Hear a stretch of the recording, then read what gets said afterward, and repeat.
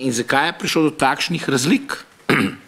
Kot vem, je med dvema hišama prišlo do razlike v višini 1,5 milijarde, nekaj takega, mislim, se upravičujem, 1,5 milijarde.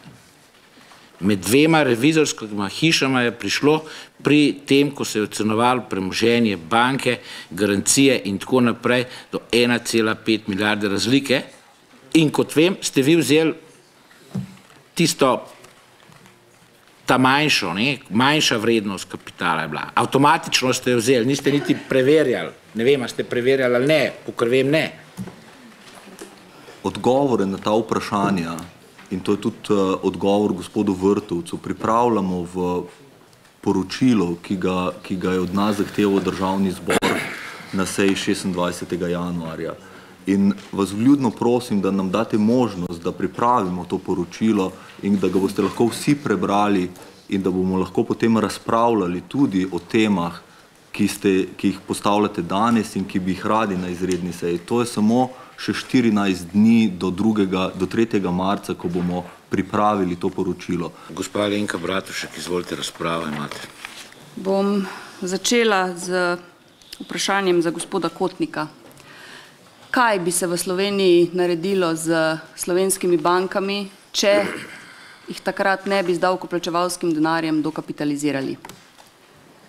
Jaz lahko povem, da bi šle v stečaj in kaj bi se zgodilo z lastniki podrejenih obveznic, če bi banke šle v stečaj? Izgubili bi vse. Ampak želim slišati to od vas, če te trditve držijo. Najprej odgovarjam magister Bratuškovi. Prvič, lahko bi odgovoril kar z vprašanjem nazaj, ker to stalno strašenje je bilo tudi takrat osnovni pristop vaše vlade, ko ste te stvari uveljavljali. Če ne bo po naše, bo stečaj, bo propad Slovenije. Povejte mi eno največjo banko v državi članici EU, kadarkoli v zgodovini EU, za katero bi EK zahtevala stečaj. No, ampak privzemimo, da bi to zahtevali. Recimo, potem naslednje vprašanje je, na osnovi katerega pravnega akta EU bi EK to lahko zahtevala. Zahtevala stečaj. Če damo denar sami, drugot ima vzvod pri tistih, ki prejemajo finančno pomoč trojke. Za neupoštevanje sporočila EK, torej, če bi mi takrat dokapitalizirali banke, zato ne bi dobili dovoljenja EK oziroma bi EK izdala zavrnilno mnenje. EK nima pravne osnove zahtevati stečaj, to pri nas sodišča zahtevajo, sodišča imajo to pravno pooblastilo. Lahko sproži tožbo pred sodiščem EU v Luksemburgu. Če bi jo hipotetično dobila, bi morala Slovenija plačati. Ta pogovor sva imela z magister Čemažarjem z BS 26. februarja 2014 ob 17:30 in sva prišla skupaj do tega. Največ 51 milijonov evrov v najslabšem primeru, če bi izgubili. Ampak celotna sodna praksa sodišča EU pove, da še nikoli ni ugodila tožbi EK zaradi nespoštovanja smernic. Zdaj, če pogledamo mi pogodbo o delovanju EU, postane zelo jasno, zakaj. 288. člen pogodbe o delovanju se imenuje pravni akti EU. In te pravni akti tako se glasi. Zdaj, pravni akti EU so uredba, direktiva, sklep, priporočilo in mnenje. Potem pa naprej navaja, direktiva, uredba, sklep so zavezujoči, priporočila in mnenja niso zavezujoča. Sporočila, communication, sploh ni v tem seznamu. Prosim, če me poslušate, zdaj pa vam odgovarjam. Ne odgovarjate na vprašanje. Kako? Lejte, gremo naprej. V uradnem listu EU se sporočila sploh ne objavljajo v sklopu L, kjer so pravni akti, objavljajo se v C. In če gremo pa vseeno tako, EK je 3-krat doslej probala, meni ni znano zakaj, ampak je probala tožiti članico zaradi nespoštovanja sporočila. In vsakič je izgubila tako, da je sodišče EU podučilo, da sporočila niso pravna mnenja. So zgolj usmeritve za dobro prakso. Pogledate lahko pravilne številke teh sklepov, en je C7006 proti Portugalski, v paragrafu 34 je to zapisano, drugi je C369/07 proti Grčiji, paragraf 112, tretji je C270/11 proti Švedski, paragraf 41. Zdaj, da ne bi jaz tukaj preveč modroval. Jaz sem vse to sporočal takrat tudi vam še v teku teh priprav, je bilo čisto zignorirano, noben ga ni preveč zanimalo, ta dejstva. Ampak repliko dolgujem tudi gospodu Dragonji. Zanika je rekel, da je obljuba MF bila, da bo kapital izračunan za negativnega, da je bila to prava zaveza. Ampak gospod Dragonja, MF je samo na ustavno sodišče 4. februarja lani uložilo te dopise med magistrom Mavkom pa gospodom Dupontom kot dokaz, da je EK zahtevala izbris in da ste ga zato morali sprejeti. Tako da jaz zdaj tega ne razumem. Replika dr. Jazbecu. Po likvidacijski vrednosti je treba računati zato, ker ste tako pač zapisali v ZBAN 1. Jaz sem pregledal zdaj cele smernice, sklicevanja na likvidacijsko vrednost, nikjer v njih ni sporočilo, se opravičujem, sporočilo z 1. avgusta, nikjer ni omenjeno, da bi bilo potrebno po likvidacijski vrednosti računati. Tako je napisano tako je zapisano v našem zakonu in se mislim, da lahko to odkrito. Midva sva imela svoj čas pogovor, kjer sva prišla do tega, da smo ta zakon res napisali, jaz ker v prvi osebi govorim, čeprav nisem imel nič z njim. Ampak v Sloveniji smo ga tako napisali, da dejansko nič drugega kot izbris sploh ne more biti.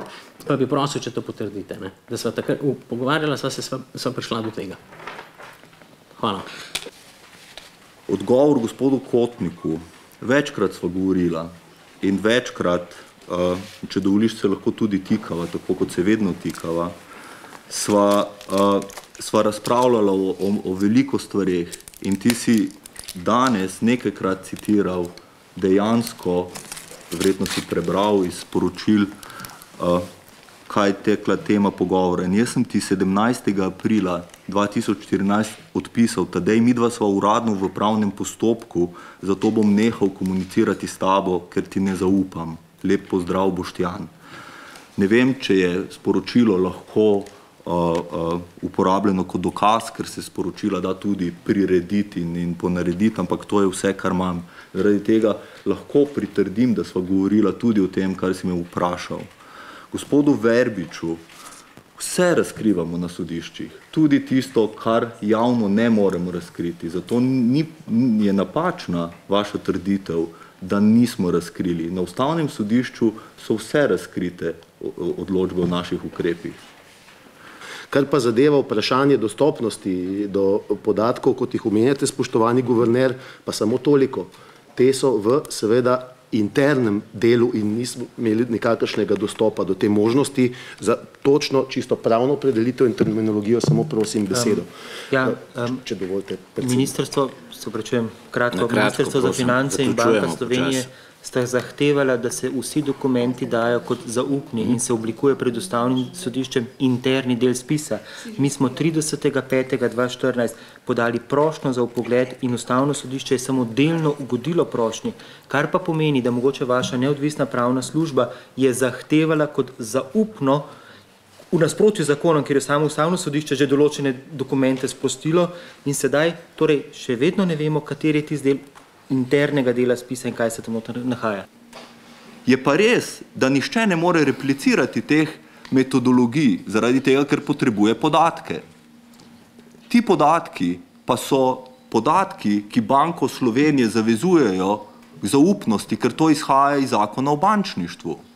Ko govorimo seveda o izvajanju in sledenju zakonu, na drugi strani pa lete za čuda trditve guvernerja, da so pa v primežu zakona o javnih podatkih in dostopu do javnih informacij javnega značaja. V primežu. In nasprotujejo temu, da bi razkrili tisto, kar je ključen moment. Zakaj se torej ne razkrijejo tisti okviri in ko govorite o, seveda, da so zunanje institucije izvajale te preveritve in prihajale s temi ugotovitvami. Seveda, ampak razkrite, posebej, ko gre za davkoplačevalski denar, pod kakšnimi pogoji. Kakšni pogoji so v teh pogodbah z zunanjimi institucijami? Da so tolikokrat bili potrebni, seveda, revizije in postopki, dokler se ni ugotovilo ravno toliko negativnega kapitala, da je prišlo lahko do popolnih razlastitev. Ali je bil upravičen izbris, ali bi morda lahko naredili kaj drugega? Spremenili te vrednostne papirje, naprimer v navadne delnice, ne dajem zdaj rešitev, ali karkoli drugega, ali je bilo vse to dejansko nujno potrebno. Še enkrat želim povedati, da bi brez izbrisa podrejenih obveznic vsakega Slovenca sanacija bančnega sistema stala 300 evrov več. Pa še enkrat bom povedala, da te možnosti, da izbiramo, ali se odločimo tako ali tako, pravzaprav sploh nismo imeli. Problem je ravno v tem namreč, da se ni bilo omogočeno lastnikom, da bi sodelovali v dokapitalizaciji. niti tistim, ki bi eventualno bili pretvorjeni iz naslova podrejenih obveznic v lastnike, niso imeli te možnosti. So bili sploh povabljeni, pa bi bilo to skladno z zakonom, seveda. Medtem, ko govorimo o izvajanju novele zakona o bančništvu, ja, seveda je vse potekalo po noveli zakona o bančništvu, ampak ta je bil ravno napisan po tej meri in še enkrat, a ni za čuda neko dejstvo precej pomenljivo, da je bilo ravno toliko negativnega kapitala ugotovljenega v bankah, da je bil potreben razlastitev vseh, tako delničarjev seveda, kot tudi imetnikov podrejenih obveznic. Ravno toliko. Ampak meni je pa pravzaprav bila blizu ta pobuda, da bi iskali nek kompromisni predlog. In če bi bilo napotilo te komisije, ki pravzaprav izvaja nadzor nad javnimi financami, da to ne bi bila zloraba davkoplačevalskega denarja, da bi lahko iskali kompromisni predlog, bi jaz temu, če bi bil še vedno minister, pravzaprav tudi sledil. In jaz bi sicer razmišljal v smeri, ali je možno iskati neko nadomestilo v smislu udeležbe v dobičku, ne vem, slabe banke pa nekaj podobnega. Potem sem poklical znanca na Evropsko komisijo in sem ga vprašal, je to res zahteva Evropske komisije. In on mi je dejal, da je zahteva, da seveda imetniki teh podrejenih finančnih instrumentov nosijo sorazmerno breme, vendar da se ne pričakuje izbris. Da se ne pričakuje izbris. Da tega še od nikogar niso zahtevali. Pomembni skladi mednarodni so bili sila presenečeni osupli nad tem, kaj se je zgodilo. Vse te zadeve smo lahko v mednarodnem prostoru iz naslova združenja neposredno spremljali in povsod so se čudili. Vključno na ravni Evropskega parlamenta, predstavnikov Evropske komisije, s katerimi smo imeli stike. Ob nenehnem navajanju in zagotavljanju, da so bili to vrstni pritiski oziroma zahteve podane z njihove strani. Ni prav, da danes zavajate slovenske davkoplačevalce, da če piše na dokumentu v slovenskem prevodu sporočilo, da to pač so preprosto želje komisije, ki jih ni treba upoštevati. Nisem pravnik, smo pa imeli eden izmed predmetov na fakulteti tudi pravo in tam so nas poučevali, ne vem, če to še drži, da edini pravno obvezujoči dokumenti Evropske unije so direktive in uredbe, ne pa tudi sporočila. Zgolj nekaj dejstev. Ustavno sodišče je v sklepu z dne 6.11.2014 že ugotovilo, da je šlo pri noveli ZBAN 1L za poseg v ustavo in nakazalo možnost, da lahko imetniki podrejenih obveznic z ustavno pobudo na ustavnem sodišču uspejo. To je prvo dejstvo. Drugo dejstvo je, da se moram strinjati z gospodom Arharjem. Sporočila Evropske komisije z dne 30.7.2013 so zgolj koristen pripomoček notranji akt komisije. Sodna praksa sodišča v EU je kristalno jasna. To sploh ni zavezujoč pravni vir. V primeru dodelitve pomoči, kolikor bi prišlo do spora, bi se presojalo po direktivi.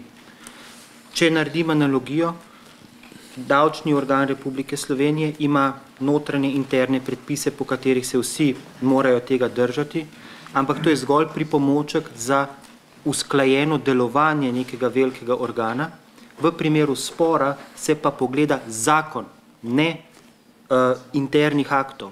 Enako je, težo ima sporočilo po sodni praksi sodišča. Kar pa pomeni, da točno ta vprašanja je sicer naslovilo ustavno sodišče na Evropsko sodišče, vendar ne smemo pozabiti. Številna sodna praksa sodišča v Štrasburgu za človekove pravice je pa že rekla, pri tem se vedno presoja skladnost s človekovimi pravicami, katere so sicer uzakonjene v PDEU-ju, ampak to sodišče bo o tem odločalo v končni fazi. Skratka, trenutno tečejo postopki, tako pred upravnimi kot pred ustavnim sodiščem. Postopki civilno-pravne narave še niso bili sproženi.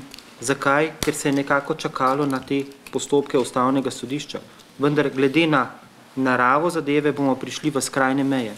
Kar pa pomeni, da se bo pred slovenskimi rednimi sodišči lahko znašlo za 600 milijonov evrov dodatnih tožb in zavedati se morate tudi sledečega dejstva.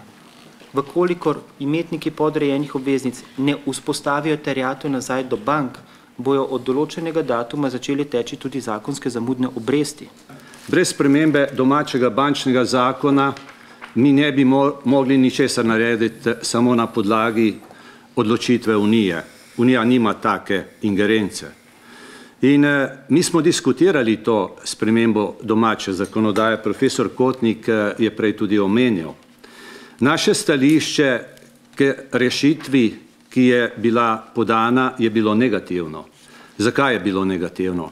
Namreč zavedali smo se, če se spominjate, v marcu 2013 zgodil se je Cipr.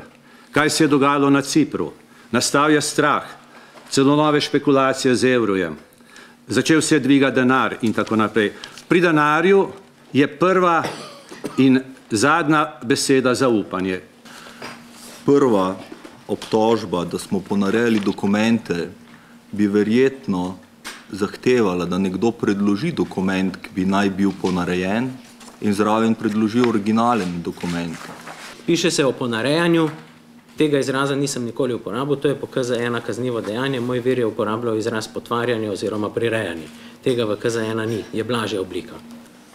Očitek, da je Slovenija bila tretirana slabše od drugih držav, izhaja iz dejstva, da je gospodarska situacija v letu 2012 in 2013 bila slabša kot v drugih državah. In pogajanja o posameznih predpostavkah so potekala vsakodnevno. In zato težko razumem očitek, da je šlo za kakršnekoli spremembe metodologij, ki jih nekateri od vas želite zdaj polemizirati. Kdo se tu spreneveda? Jaz ne vem. En od mojih virov iz BSM je 28. oktobra 2013 povedal, citiram, metodologijo dogovarjamo vsak dan. Iz EK pa kar pritiskajo in ne bojo spustili skozi, če kapital ne bo povsod negativen in če ne bo povsod izbrisa. Konec citata. Za dokaz predlagam, da Državni zbor ali pa morebitna preiskovalna komisija pridobi datoteke takratnih vrednotenj, stresnih tetov in AQR z izračuni kapitala tako za delujoče kot nedelujoče podjetje, pridobite zaporedne delovne različice teh datotek, kako so se spreminjale med 15. avgustom 2013, 12. decembrom 2013, vključno. Zdaj, morda bo BS trdila, da te umestne datoteke ne obstajajo, da so kapital zračunali samo enkrat 12. decembra 2013, ampak to ni res. Vsaj 2 meseca so zaganjali te simulacije, spreminjali dnevno stabilne količnike po različnih postavkah aktive. Zato še enkrat, pridobite te umestne podatke, umestne datoteke od BS, pridobite jih neodvisno od ocenjevalcev samih, najbolj bi bilo kar takoj. Še enkrat citiram guvernerja. Metodologija in predpostavke so stvar vsakodnevnih pogajanj in usklajevanj. In ta usklajevanja, če sem zdaj zelo konkreten, so potekala do 9. decembra dopoldne. Takrat so kot zadnjo dorekli še vrednost enega od kapitalskih blažilnikov, spremenili so ga za več 100 milijonov evrov. To je bil dogovor tistega dne sklenjen med BS in ocenjevalci. Preverite še to pri BS, kot dodaten dokaz, da je imela BS dejansko velik vpliv na metodologijo in jo je 9. decembra dopoldan tudi izdatno spremenila. S tem je bil sklenjen 6. člen te verige, torej z izdelavo dokončne metodologije po 4 mesecih vsakodnevnih pogajanj in usklajevanj so družbe Deloitte, Roland Berger, Ernst & Young, Oliver Wyman zagnale še zadnji krog izračunov 12. decembra 2013 in pri vseh bankah ugotovile dovolj negativen kapital, tu zdaj kroži neka taka grafična, za izbris vseh podrejenih obveznic vseh redov, povsod in povsod v ostrem kontrastu z močno pozitivnimi kapitali po MRS, ki so jih na isti dan poročale te banke. Vse to, ker je bila obljuba v načrtih prestrukturiranja že dana in je zato morala biti izpolnjena, ker je bila zapisana. Ker je največkrat obtožba na Banko Slovenije, da ni objavila metodologij, so objavljeni na spletnih straneh Banke Slovenije in vsak, ki ima dostop do interneta, lahko enostavno pride do teh podatkov in pregledov metodologij. Na vaših spletnih straneh so objavljene zelo pomanjkljive, cenzurirane metodologije in nikakor niso objavljeni podatki, kako se je ta metodologija skozi čas spreminjala. Če citiram ekonomista Jožeta Pedamjana, ta vaša objava je definicija praznine.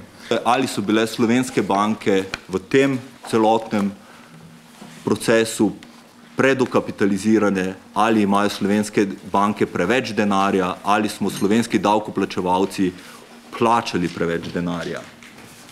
Gibanje količnika kapitalske ustreznosti kaže, da so slovenske banke bile v celotnem obdobju od leta 2008 naprej manj kapitalsko ustrezne od povprečja Evropske unije in evroobmočja. In šele ti podatki niso samo podatki Banke Slovenije, ampak so uradni podatki Evropske centralne banke.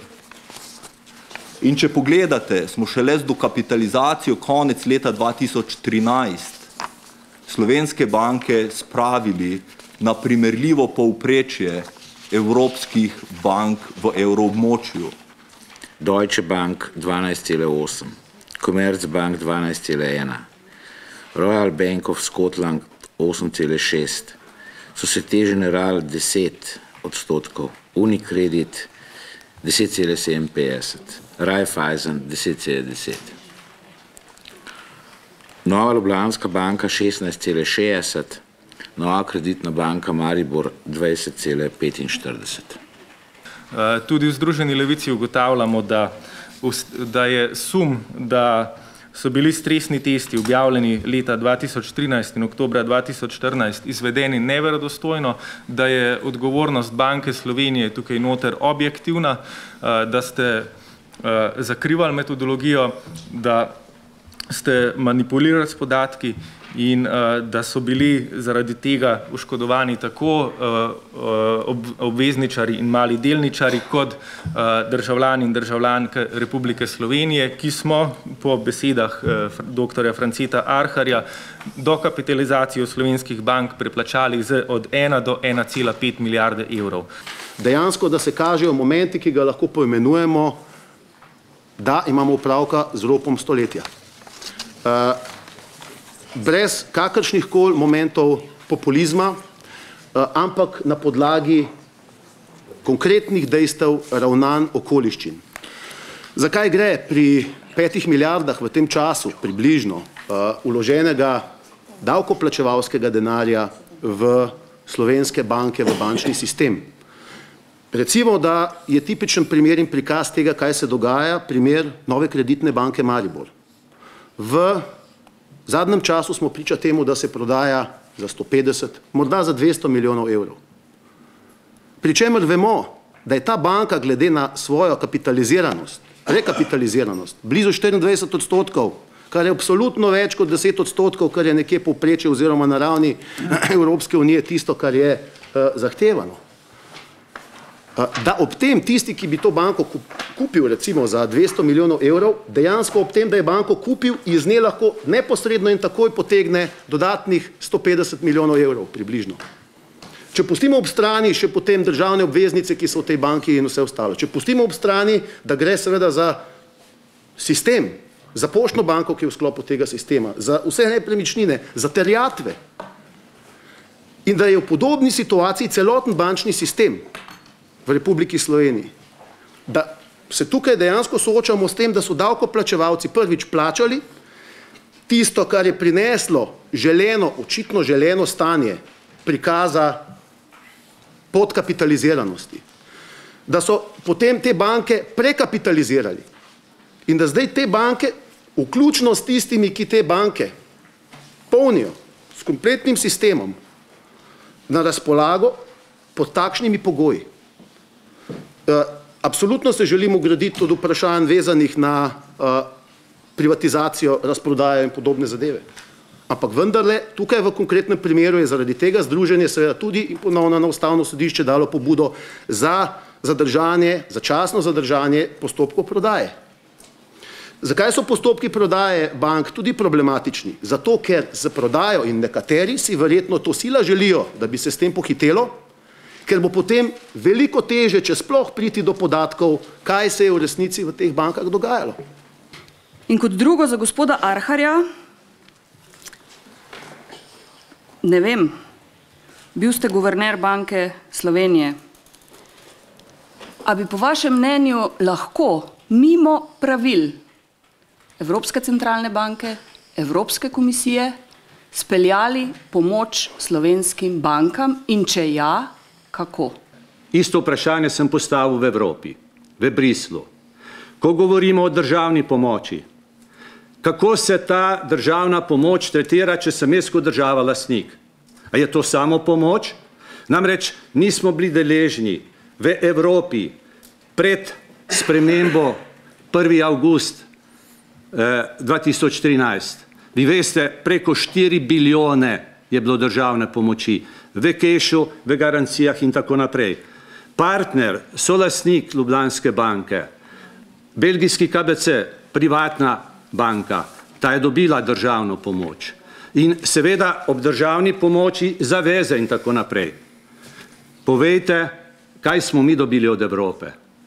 Kakšen znesek smo mi dobili od Evrope? Jaz ga ne poznam, nismo noben znesek dobili. Mi smo dobili zaveze. Pričenjam glasovanje.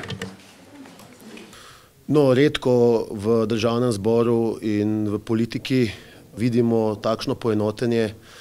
To me veseli, predvsem, ker mislim, da je civilna družba, kar se tiče združenja, prav tako zelo natančno, skrbno pripravila argumente, dokaze in ob tem se seveda tudi zahvaljujem za možnost, da smo jih lahko na Komisiji za nadzor javnih financ v državnem zboru predstavili, soočili z tako predstavniki Banke Slovenije kot Ministrstva za finance in glede na to, da so bili vsi sklepi, ki so bili predlagani, tudi sprejeti, nas to navdaja z upanjem, da se bo res v doglednem času, kar pomeni čim prej, stanje v slovenskem bančništvu normaliziralo in da bojo s tem tudi davkoplačevalci in tisti, ki so bili v tem primeru dvojno prizadeti, torej razlaščeni, dobili to, kar jim pripada. Na vsak način nam gre za to, da bi dosegli tisto, kar je prav. In doseči prav iz naslova interesov razlaščenih imetnikov obveznic, razlaščenih delničarjev, ne pomeni samo skrb za njihove interese.